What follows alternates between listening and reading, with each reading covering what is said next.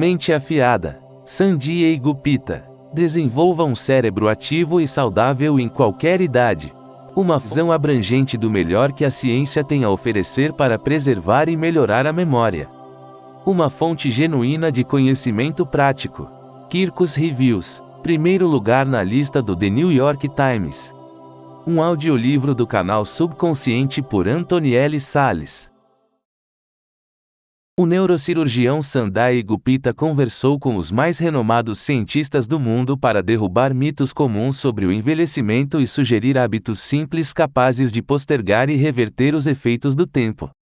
Neste livro claro e acessível, ele esclarece as principais dúvidas sobre os sintomas do declínio cognitivo, explica se existe uma dieta ou um tipo de exercício ideal para o cérebro e se há realmente algum benefício em medicamentos, suplementos e vitaminas.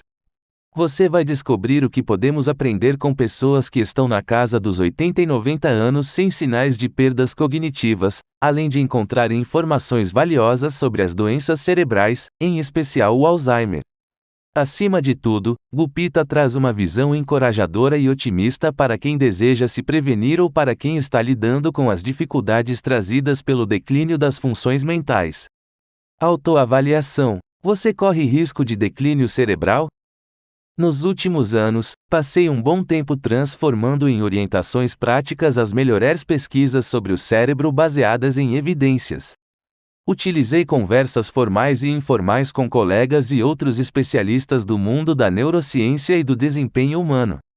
Para ser mais útil, criei uma lista de perguntas extremamente relevantes para o potencial e para a saúde de seu cérebro. Não importa o que esteja tentando melhorar na sua vida, a autoconsciência sincera é essencial, e responder a essas perguntas ajudará você a conquistá-la. A lista de 24 perguntas a seguir permite avaliar seus fatores de risco de declínio cerebral.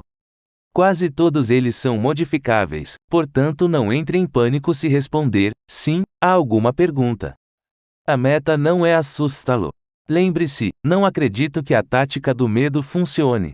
Algumas perguntas estão relacionadas a sintomas extremamente reversíveis de declínio cognitivo.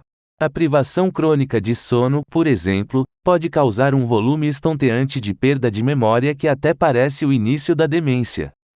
Dormir bem é um dos modos mais fáceis e eficazes de melhorar todas as funções cerebrais, como a capacidade de aprender e de recordar novos conhecimentos, além de melhorar todos os sistemas do organismo. Subestimei o valor do sono por tempo demais e me orgulhava muito da capacidade de funcionar sem ele. Acreditem em mim, foi um erro. Por sorte, isso pode ser remediado com o diagnóstico adequado, indo dormir mais cedo e deixando de lado os aparelhos eletrônicos e a lista de afazeres. Algumas questões podem parecer deslocadas, como o nível de instrução. Por razões que explicarei mais adiante, hoje vários estudos mostram que a educação superior pode ter efeito protetor no declínio cognitivo, mas não retarda necessariamente esse declínio depois que a perda de memória tem início.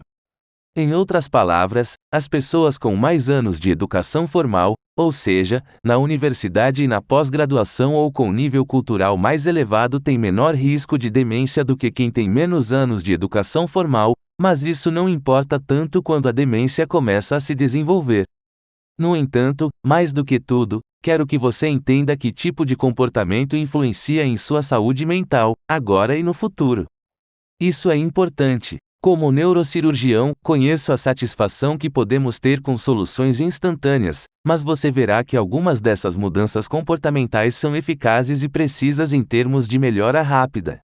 Conhecer e entender seus hábitos cotidianos lhe dará dados pessoais que podem ajudá-lo a perceber onde investir mais esforço para reconstruir e afiar seu cérebro. As questões são baseadas em dados, refletem os achados científicos até hoje. Se responder sim a qualquer uma das perguntas a seguir, isso não significa que você receberá um diagnóstico calamitoso agora ou no futuro. Vários fatores, alguns dos quais não foram incluídos aqui porque quis simplificar, entram em jogo no terreno da cognição.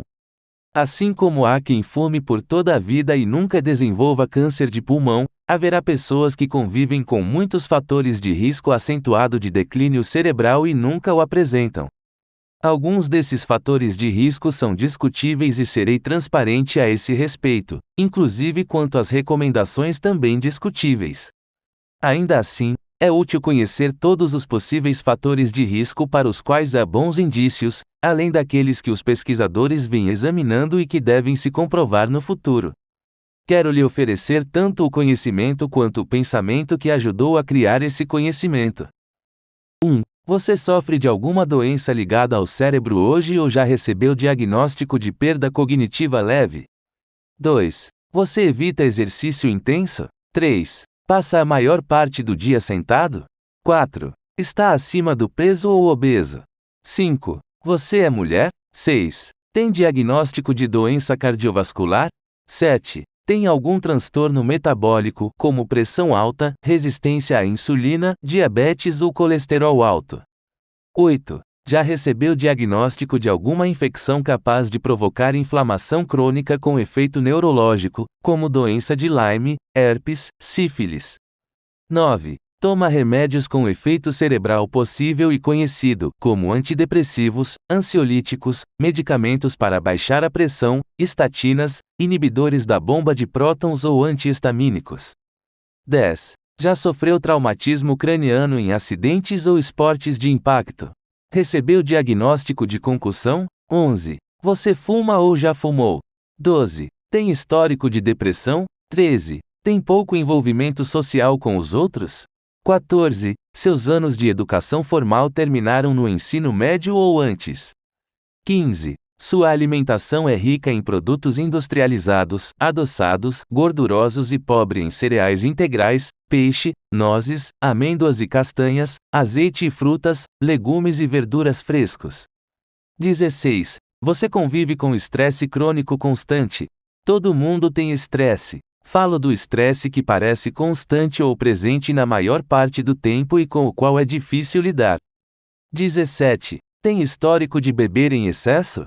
18. Tem algum transtorno do sono, como insônia e apneia do sono, ou dorme mal regularmente? 19. Tem perda auditiva? 20. Faltam ao seu dia desafios cognitivos, sob a forma de aprender coisas novas ou praticar jogos que exijam muita reflexão? 21. Falta ao seu emprego trabalho complexo com pessoas, sob a forma de persuasão, mentoria, instrução ou supervisão? 22. Você tem mais de 65 anos? 23. A doença de Alzheimer está presente em sua família ou você recebeu o diagnóstico de ter uma variante genética de Alzheimer, APOE, ou ambas? 24. Você cuida de alguém que sofre de alguma forma de demência, inclusive a doença de Alzheimer? Se respondeu sim a 5 ou mais perguntas, seu cérebro talvez esteja em declínio ou entre em declínio em breve e você pode se beneficiar tremendamente das informações deste livro. Mesmo que só tenha respondido sim a 1 ou 2 perguntas, você pode otimizar a saúde e o desempenho de seu cérebro. Curioso para saber como essas perguntas e as respostas se relacionam com o órgão mais misterioso do corpo? Continue lendo para aprender tudo o que quiser, e precisar, para se tornar mais inteligente, mais arguto e ter melhor raciocínio. Um lembrete: este livro não trata só de evitar doenças. Ele trata de deixar seu cérebro o mais afiado possível em qualquer idade. Minha esperança é que você fique como o casal que me inspirou vários anos atrás e me mostrou a que aspirar quando se fala de velhice. Todos envelhecemos e um dia viveremos com um cérebro velho, mas isso não significa que ele tenha que perder sua argúcia. As aparências enganam. Quanto ao casal mencionado, o marido tinha 93 anos e foi levado ao pronto-socorro quando eu estava de plantão.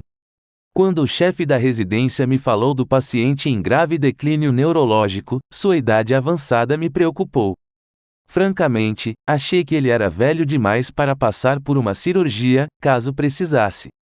Logo a tomografia revelou uma hemorragia cerebral significativa, que explicava os sintomas. Procurei a família na sala de espera, achando realmente que me diriam que não fizesse uma cirurgia invasiva e arriscada. Uma mulher animada, que aparentava estar na casa dos 60 anos, andava nervosa de um lado para outro, com vários familiares sentados muito sérios nas cadeiras. Fiquei chocado ao saber que aquela era a esposa do paciente e que tinham acabado de comemorar o 70º aniversário de casamento. Na verdade, sou mais velha do que ele, disse ela. Sou Papa Anjo. Ela estava com 94 anos, tinha saúde perfeita, não tomava remédios e levara os bisnetos à escola mais cedo. Disse que meu paciente ainda era um corredor inveterado e que trabalhava em meio expediente como contador. O filho de 63 anos explicou que o mantinham na empresa porque ele faz mágica com os números. A hemorragia cerebral ocorreu quando caiu do telhado, onde subira para retirar folhas caídas. Aqueles nonagenários eram mais saudáveis do que a maioria de meus pacientes. Desde que comecei a faculdade de medicina, este sempre foi um pensamento recorrente: consideramos mais a idade fisiológica do que a cronológica. A pedido da família, levei o cavalheiro à sala de cirurgia para uma craniotomia que resolveria o sangramento.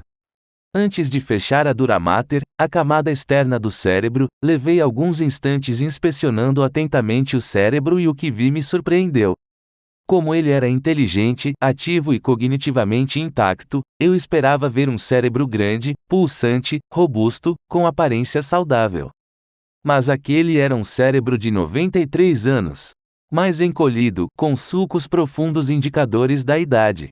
Se isso lhe parece desanimador, não devia. Na verdade, é o contrário. Outra máxima da medicina é a seguinte: trate sempre o paciente, não o resultado dos exames.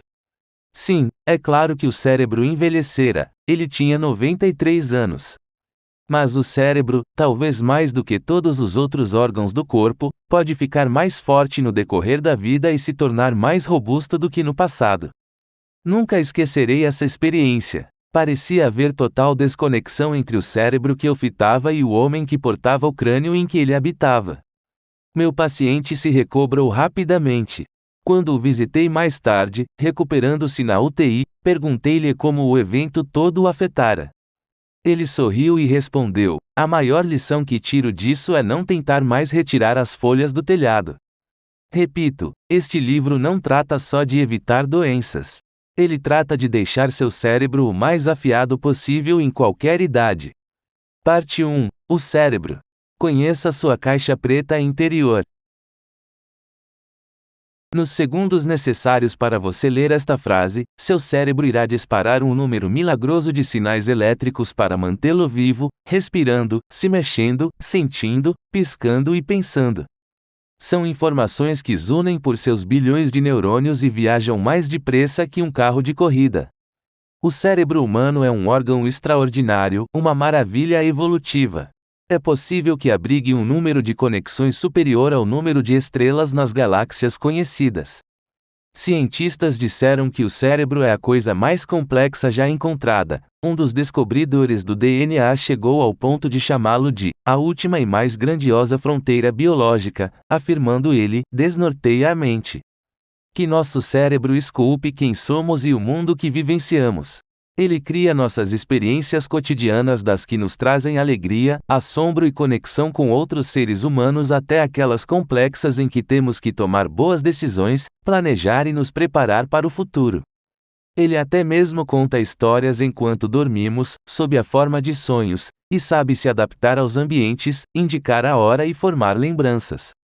Ele é, provavelmente, o reservatório da nossa consciência, embora não tenhamos certeza disso. Falaremos mais sobre isso adiante. Os neurocientistas têm um trabalho dificílimo, porque o cérebro segue envolto em mistério, como se fosse um planeta distante anos-luz daqui. Talvez se trate da mais enigmática parte do nosso corpo. Recentemente, pesquisadores identificaram um novo tipo de neurônio, o sino-arrodo, e ainda não sabem o que ele faz. Parece que só existe no cérebro humano, não sendo encontrado no de roedores, e talvez isso explique por que tantos estudos cerebrais em camundongos jamais se confirmem em seres humanos. Nosso cérebro também pode ser extraordinariamente egoísta e exigente. Do total de sangue e oxigênio circulando no organismo, o cérebro fica com 20%, apesar de só representar cerca de 2,5% do peso total do nosso corpo. Não pode haver vida sem cérebro. É hora de conhecer sua caixa preta interior. Capítulo 1. O que faz com que você seja você? Imagine o cérebro, esse monte brilhante de existência, esse parlamento cinza camundongo de células, essa fábrica de sonhos, esse pequeno tirano dentro de uma bola de osso, esse amontoado de neurônios dominando todas as jogadas, essa pequena onipresença, essa caprichosa abóbada do prazer, esse guarda-roupa amassado de eus enfiados no crânio como roupas demais numa sacola de academia. Diane Eckermann. Uma alquimia da mente. Era 1992 quando vi pela primeira vez um cérebro humano, uma experiência extraordinária que mudou minha vida. Para mim, era, e ainda é, difícil acreditar que tanto do que somos, de quem nos tornaremos e de como interpretamos o mundo resida nesse embrulho de tecido intricadamente tramado. Quando descrevo um procedimento neurocirúrgico, a maioria das pessoas que me ouvem tenta visualizar como é o cérebro humano, e em geral erra. Para começar, por fora ele não parece uma massa cinzenta fosca e sem graça, apesar de ser chamado de massa cinzenta. É mais rosado, com manchas branco-amareladas e grandes vasos sanguíneos passando por sua superfície e através dele. O cérebro tem fendas profundas, chamadas de sulcos, e picos montanhosos, os giros. Fissuras pronunciadas separam o cérebro em vários lobos de um modo surpreendentemente uniforme. Durante uma operação, o cérebro pulsa suavemente fora das fronteiras do crânio e parece muito vivo. Em termos de consistência, é mais macio do que borrachudo, mais como uma gelatina. Sempre me espanto como esse órgão é frágil, apesar de incrivelmente funcional e versátil. Depois de ver o cérebro, a gente praticamente quer protegê-lo e cuidar dele. Para mim, o cérebro sempre foi um pouco místico. Com peso de quase 1,5 kg, contém todos os circuitos de que precisamos para fazer praticamente tudo. Pense nisto por um momento, ele pesa menos do que a maioria dos notebooks, mas tem um desempenho que nenhum computador consegue nem jamais conseguirá igualar. Na verdade, a tão citada metáfora do cérebro como um computador falha de muitíssimas maneiras. Podemos falar em termos da velocidade de processamento do cérebro, de sua capacidade de armazenamento, de seus circuitos, de sua codificação e de sua criptografia. Mas o cérebro não tem uma capacidade fixa de memória aguardando para ser preenchida e não calcula como um computador. Até mesmo o modo como cada um de nós vê e percebe o mundo é uma interpretação ativa, resultado daquilo em que prestamos atenção e daquilo que antevemos, não uma recepção passiva de dados. É verdade que nossos olhos veem o mundo de cabeça para baixo. O cérebro então pega as informações e as converte numa imagem coerente. Além disso, o fundo do olho, a retina, fornece ao cérebro imagens bidimensionais captadas por cada olho, que então o cérebro converte em lindas imagens texturizadas e tridimensionais, permitindo a percepção de profundidade. E todos temos pontos cegos em nossa visão, que o cérebro preenche a todo instante usando dados que provavelmente você nem percebeu que estava coletando. Por mais sofisticada que se torne a inteligência artificial, sempre haverá algumas coisas que o cérebro humano faz e nenhum computador fará. Comparado ao de outros mamíferos, o tamanho de nosso cérebro em relação ao resto do corpo é espantosamente grande. Vejamos o cérebro do elefante, ele corresponde a um de 550 do peso total do animal. O nosso, por outro lado, tem cerca de 1 de 40 de nosso peso corporal. Mas a característica que mais nos destaca de todas as outras espécies é a capacidade espantosa que temos de pensar de maneiras que vão muito além da mera sobrevivência. Supõe-se que peixes, anfíbios, répteis e aves, por exemplo, não pensem muito, pelo menos não do modo que concebemos. Mas todos os animais se preocupam com as questões cotidianas de comer, dormir, reproduzir-se e sobreviver, processos instintivos automáticos sob o controle do chamado cérebro reptiliano. Temos nosso cérebro reptiliano primitivo interior que desempenha as mesmas funções para nós, e na verdade ele comanda boa parte de nosso comportamento talvez mais do que gostaríamos de admitir. A complexidade e o tamanho avantajado de nosso córtex cerebral são responsáveis por nos permitir realizar tarefas mais sofisticadas do que, por exemplo, as desempenhadas por cães e gatos.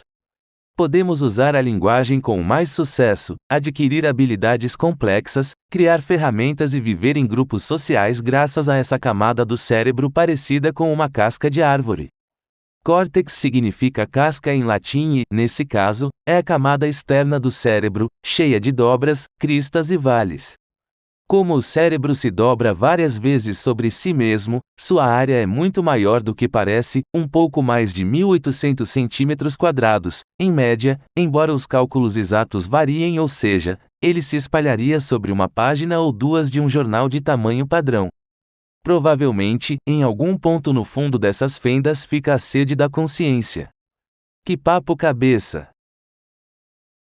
Estima-se que o cérebro humano contenha algo em torno de 100 bilhões de neurônios, ou células cerebrais, e bilhões de fibras nervosas, embora ninguém conheça esses números ao certo, porque os cálculos exatos ainda são impossíveis.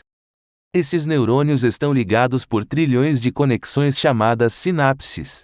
É por meio dessas conexões que conseguimos pensar de forma abstrata, sentir raiva ou fome, lembrar, racionalizar, tomar decisões, ter criatividade, formar linguagem, recordar o passado, planejar o futuro, manter convicções morais, transmitir nossas intenções, analisar histórias complexas, opinar, reagir a dicas sociais sutis, coordenar movimentos de dança, saber o que é para cima e para baixo, resolver problemas complexos, contar mentiras ou piadas, andar na ponta dos pés, perceber um aroma no ar, respirar, ter medo ou pressentir o perigo, adotar um comportamento passivo-agressivo, aprender a construir espaçonaves, dormir bem e sonhar à noite, exprimir e vivenciar profundamente emoções como o amor, analisar informações e estímulos com alto grau de sofisticação e assim por diante.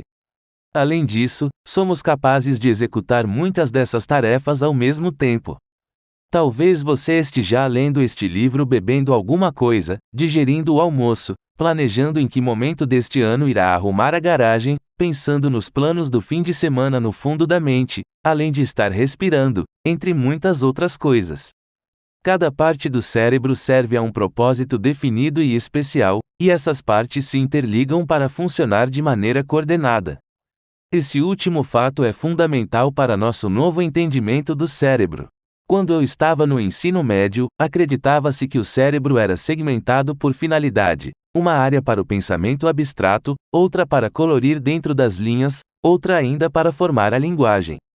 Quem estudou biologia no ensino médio deve ter ouvido falar da história de Phineas Gage, um dos sobreviventes mais famosos de uma lesão cerebral grave. No entanto, talvez você não saiba até que ponto seu infeliz acidente esclareceu, para os cientistas, o funcionamento interno do cérebro muito tempo antes que tivéssemos técnicas avançadas para medir, testar e examinar as funções cerebrais. Em 1848, Gage, de 25 anos, trabalhava na construção de uma ferrovia em Cavendish, no estado americano de Vermont. Certo dia, quando socava pólvora em um buraco usando uma vara de ferro com 1 metro de comprimento, 3 centímetros de diâmetro e 6 quilos, a pólvora explodiu. A vara disparou contra o rosto de Gage e penetrou sua bochecha esquerda. Atravessou a cabeça e o cérebro e saiu pelo topo. Ele ficou cego do olho esquerdo, mas não morreu e, possivelmente, não perdeu a consciência nem sentiu muita dor, pois disse ao médico que o atendeu primeiro: "Acho que você terá bastante trabalho." Na página ao lado está uma imagem, chamada de daguerreótipo na antiga tecnologia fotográfica, feita de Gage depois que se recuperou do acidente, segurando a vara de compactar que o feriu. Essa foto só foi descoberta e identificada recentemente, em 2009. Além da foto, há um desenho feito pelo Dr. John Harlow, que o tratou e registrou esse esboço em suas anotações, publicadas pela Sociedade Médica de Massachusetts. No entanto, a personalidade de Gage não sobreviveu intacta à explosão. De acordo com alguns relatos, ele passou de exemplo de cavalheirismo a uma pessoa má, violenta e pouco confiável. O curioso caso de Phineas Gage foi o primeiro a demonstrar o vínculo entre o trauma em determinadas regiões do cérebro e a mudança de personalidade. Antes, isso não era tão claro. Não se esqueça de que, nos anos 1800, os frenologistas ainda acreditavam que medir o tamanho das protuberâncias do crânio permitiria avaliar a personalidade. 12 anos depois do acidente, Phineas Gage morreu, com 36 anos, após ter sofrido uma série de convulsões. Desde então, escrevem a seu respeito na literatura médica e ele se tornou um dos pacientes mais famosos da neurociência. Houve outra coisa que Phineas Gage nos ensinou que é especialmente importante para este livro. Alguns relatos de sua vida documentam o retorno da natureza mais afável perto da morte, o que indica a capacidade do cérebro de sarar e se reabilitar, mesmo depois de um trauma significativo. Esse processo de restabelecimento das redes e conexões em áreas do cérebro prejudicadas pela lesão é chamado neuroplasticidade, um conceito importante que exploraremos aqui. O cérebro é muito menos estático do que pensávamos no passado. Ele vive, cresce, aprende e muda durante toda a nossa vida. Esse dinamismo traz esperança para quem quer manter intactas suas faculdades mentais. Foto de Phineas Gage e desenho feito por John M. Harlow, médico que ajudou a tratá-lo. Sanjay Gupta é neurocirurgião há mais de 20 anos, professor de neurocirurgia do Hospital da Universidade Emory e chefe de neurocirurgia do Grady Memorial Hospital. Também atua como jornalista, sendo o principal correspondente médico da CNN.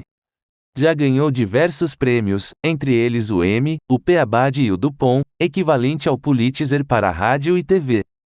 Gupta já recebeu vários títulos honoríficos e foi reconhecido com muitos prêmios humanitários por cuidar de feridos em guerras e desastres naturais. Considerado pela Forbes uma das 10 celebridades mais influentes do mundo, foi eleito membro da Academia Nacional de Medicina dos Estados Unidos, uma das maiores honras no campo da medicina. Mora em Atlanta com a esposa e as 3 filhas. O otimismo e a riqueza de informações científicas que Dr. Gupta reúne vão encorajar e confortar os leitores.